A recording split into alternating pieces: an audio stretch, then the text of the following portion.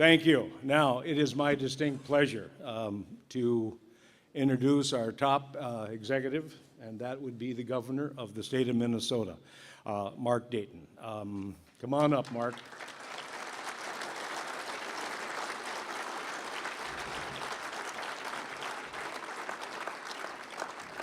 Just say a few short words about the governor. I saw him the other night at a fundraiser, and I consider this man a friend. I think I'm going to say a word that some Minnesotans may remember, Farmers Union, Harold Winningstead, okay?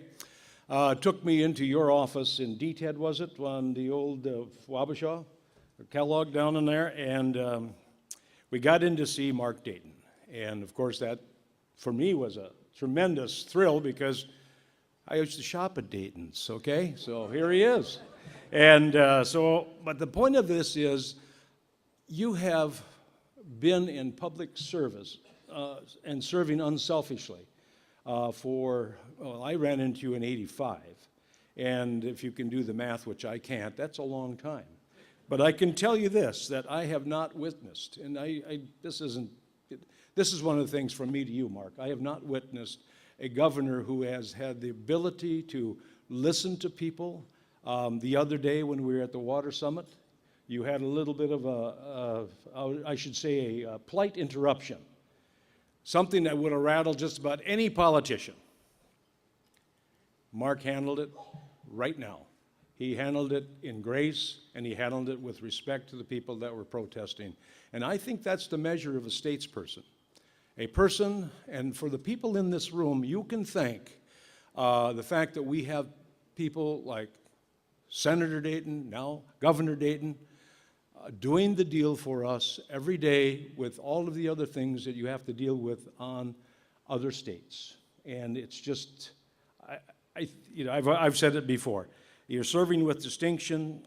You've been a public servant. And I greatly admire and respect all the things that you've done for the state of Minnesota and the people in this audience. So with that, let's give a warm welcome to the governor of the state of Minnesota, Mark Dayton. Thank you very much. Thank you. Thank you very much.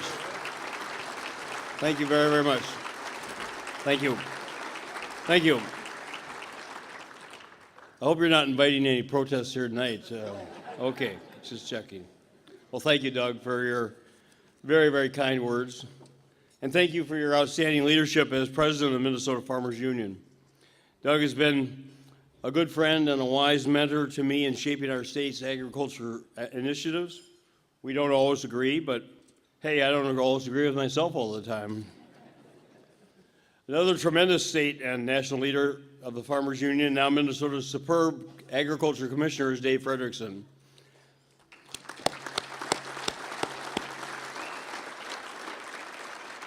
A farmer up in northwestern Minnesota once said to me, you know, Mark, if we could just combine the expertise in St. Paul with the walk of the land wisdom of the folks out here, we'd get a lot more done.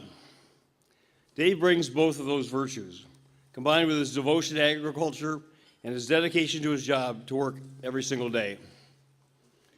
I see my friend Al Franken here, Senator Al Franken here, tremendous United States Senator from Minnesota. I call him my friend. Because I learned in the Senate, if you like and respect someone, you call him my friend. If you don't like him and don't respect him, you call him my good friend. And if you really detest him, you call him my very good friend. Everybody in the Senate has lots of very good friends. But he's doing an outstanding job for Minnesota.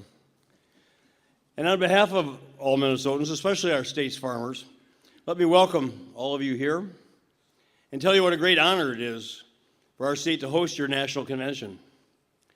I don't need to tell you how vitally important Minnesota's farmers are to our state, or how essential their success is to our state's economic prosperity and social vitality.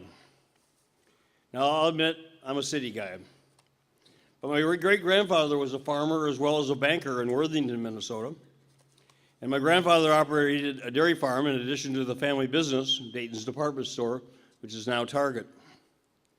My father grew up on that farm. Although I wasn't as fortunate, I've learned during my 40 years of public service in Minnesota how extremely important agriculture is to our state. A wonderful old Farmers Union member, Norm Larson, from Nobles County, taught me many years ago that above parity commodity prices and good profits in the marketplace are the keys to farmers' success and to the success of everyone else who depends upon them. Every business on Main Street, Minnesota depends upon a healthy farm economy. Every school district, every church, and charitable organization depends upon it. Minnesota's state budget depends upon it. Agriculture drives Minnesota's economy and it determines our state's overall prosperity. During the recent Great Recession, higher commodity prices and increased agriculture exports provided a huge boost to our state's economy and helped fuel our more rapid recovery.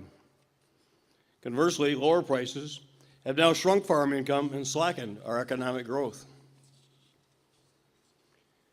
As you well know, the challenges to achieving and sustaining agricultural prosperity are becoming only more complicated and difficult in this global economy.